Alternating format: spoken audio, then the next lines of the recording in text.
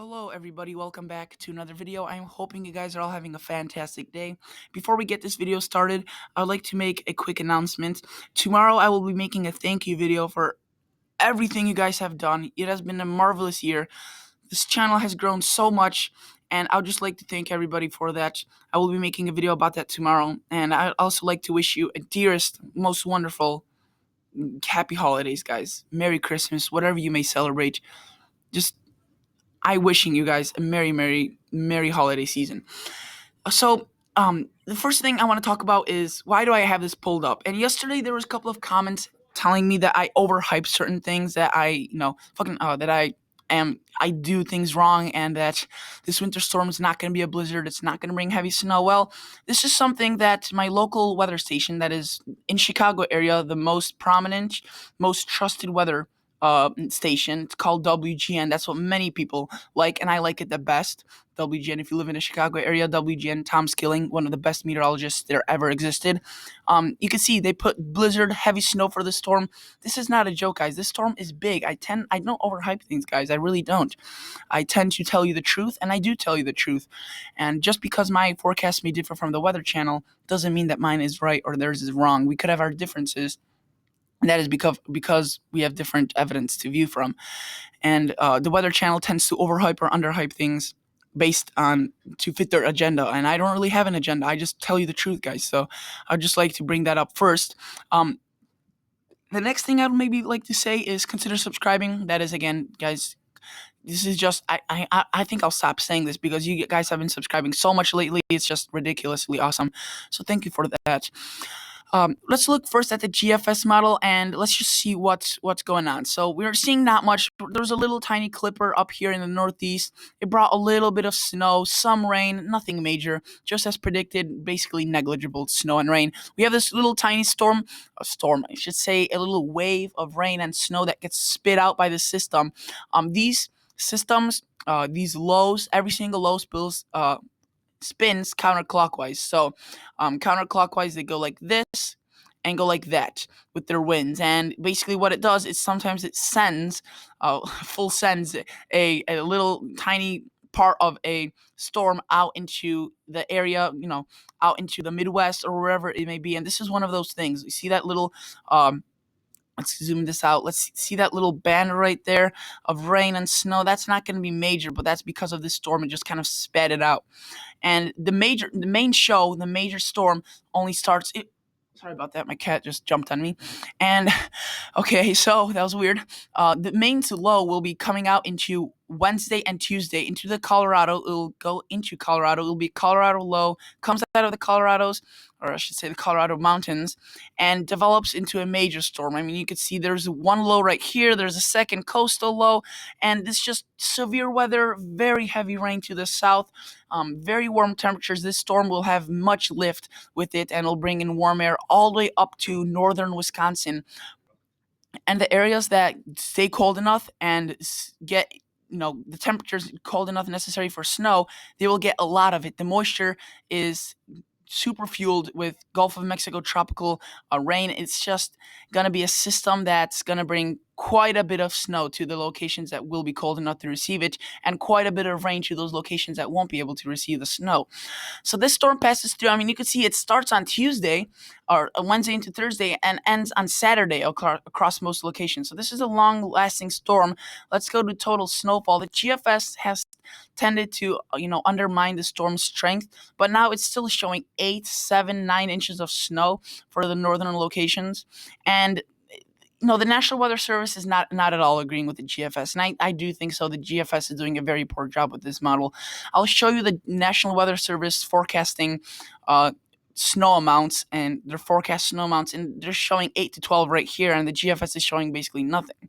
So the reason why the GFS is not good is because it's just bringing in too much warm air with this system, and the track of the storm is just not agreeing with most of the models. Let's go to the Canadian model and see what it's showing. So again, it's showing a completely different scenario. You could see more snow in Nebraska, much more snow in South Dakota, and more snow in general. I mean, you could see some 17, 18-inch snowfall totals. Many people don't like the GFS because of this reason. It just tends to not be good with handling systems. But again, I don't really use the GFS to make my forecasts. What I use is the European model the most, and the GFS I use just to predict patterns or warm ups, cool downs, not necessarily singular storms, let alone where the exact snowfall amounts will fall. So the Canadian model I think is fairly close to what will happen, but in my opinion, the European has the best handle on this. So let's just go to the next 5 days. That's a different storm that could happen. That's snow further south, and this is what it's showing. You can see Nebraska. 15, 14 inches of snow over a foot is very likely into Minnesota, just north of Minnesota, or sorry, just north of Minneapolis. It seems that the heaviest snowfall will occur, but again, this could still shift, guys. You can see Minneapolis is right on the border with this. The heaviest snow is still in the northern sections, but this could definitely spill a little bit further to the north, which means Minneapolis would see more rain, or spill a little bit further to the south. And you could see southern sections, southern metropolitan area of Minneapolis, 5 inches in northern locations around St. Cloud. I hopefully you could see that around almost 15, 16 inches, a foot and a half of snow. So this is definitely a storm that will have a lot of variance and a lot of uh, potential track shifts just from a tiny little movement in the actual storm. So let's go quickly to the National Weather Service and what it has to say. This is for the Office of North Platte, Nebraska, and let's just go to their latest situation report. So if I were to show you this, which I am going to right now, these snowfall amounts almost look identical what the European model is showing. The GFS, again, think of this is central Nebraska. National Weather Service is fairly confident 8 to 12 inches. That's what they're giving. Let's go back to the Tropical Tidbits. This is a great website. I'll post a link to it in the comment section box below. Someone also asked me to give more credit to this website, and I will. I'm sorry, guys. I've been just I don't have a lot of time to edit these videos, so I will be giving more credit to Tropical Tidbits. They have awesome features and awesome designs of this website. It's just a great website overall. So that was a little bit off topic, but we go back to central Nebraska, the GFS. You could see maybe an inch, maybe nothing, not much. So the GFS is kind of all over the place. We go back to the National Weather Service amounts. You could see they're fairly high for Nebraska.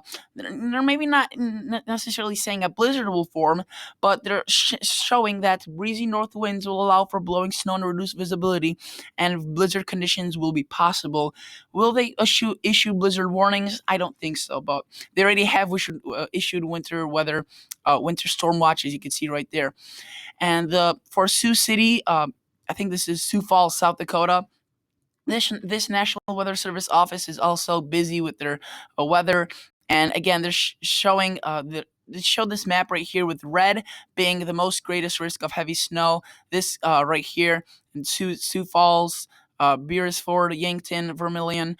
Those cities are wintry mix, freezing rain and snow, and then here periods of rain, maybe a little bit snow at the end. That's why the snowfall amounts will be greatest up here, least by Lamars, Shelton, Spencer, Storm Lake, Sioux City, Ottawa, and Carroll.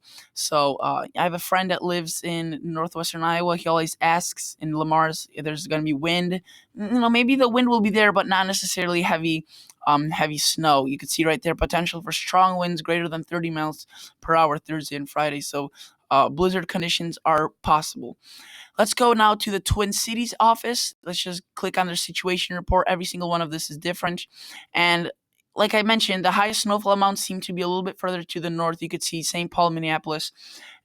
Both of those cities the Twin Cities are on the line of, they're in high confidence, but heavy snow risk. They're in high, but they're not near certain or very high, which the northern sections are in. And then just a little bit to the south, they have best chance of receiving mostly rain, and then transitioning back to snow, which could still drop 1 to 3 inches, but not as much as some of these locations, which I showed you with the European model, as much as 12, 13, 14, 15 inches.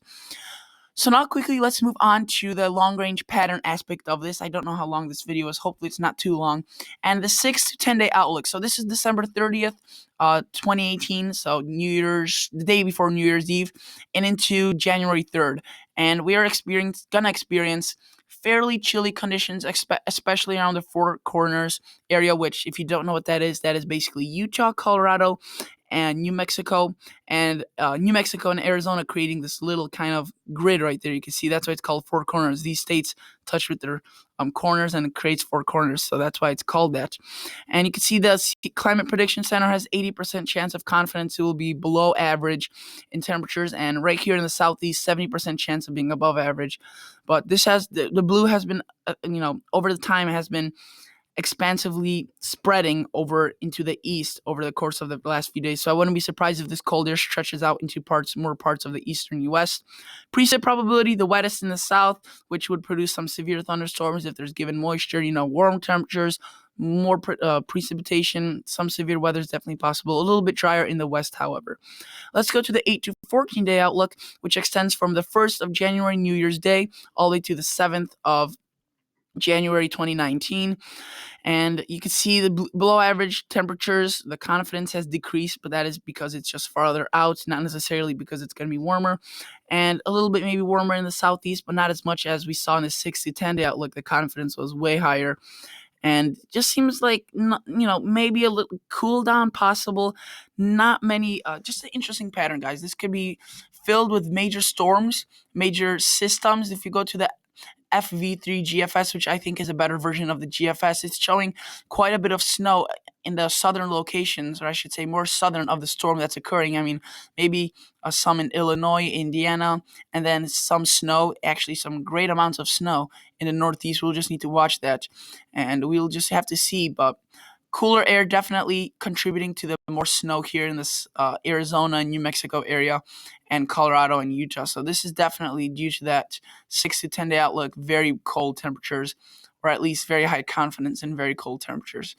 So that is it basically for today's video, guys. I just wanted to do a update on the long range outlook. So this storm overall, fairly significant impacts. They are still not confident on this. You could see elevated, but yesterday was at limited. I'm expecting to this go to significant, not extreme, but it's a fairly large storm. Blizzard conditions are possible and likely in some locations. There will be a cooling of the United States pattern in general. It will be, the temperatures will be going down across most of the United States into the new year. But in terms of an Arctic blast, Arctic cold front, nothing of that sort seems to be forming at this point. So we'll just have to wait and see. So again, thank you guys so much for watching. I'll be coming out with a thank you video tomorrow, sometime during the day. And I'll catch you all guys in the next episode. See ya. Bye.